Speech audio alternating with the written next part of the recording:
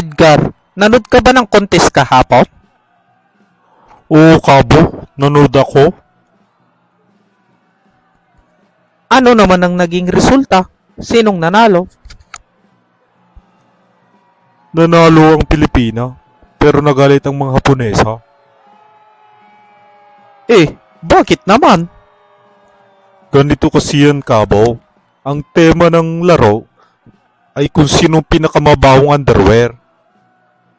Ba't naman nagalit ang mga Haponesa? Ganito kasi yan. Unang contestant ang mga Amerikana, umakyat sa entablado.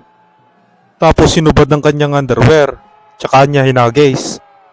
Tapos pagkababa ng underwear niya, halos hindi makita kasi napalibutan ng langaw.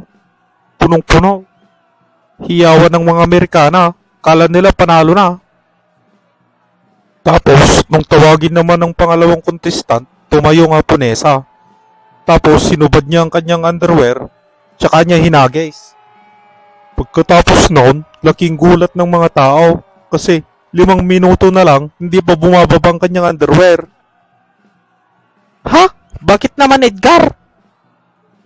Kasi nasa taas pa lang, sinalubong na ng mga langaw.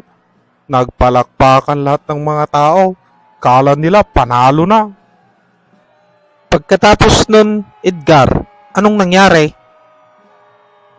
Pagkatapos noon, tinawag ang pangatlong contestant, tumayo ang Pilipina.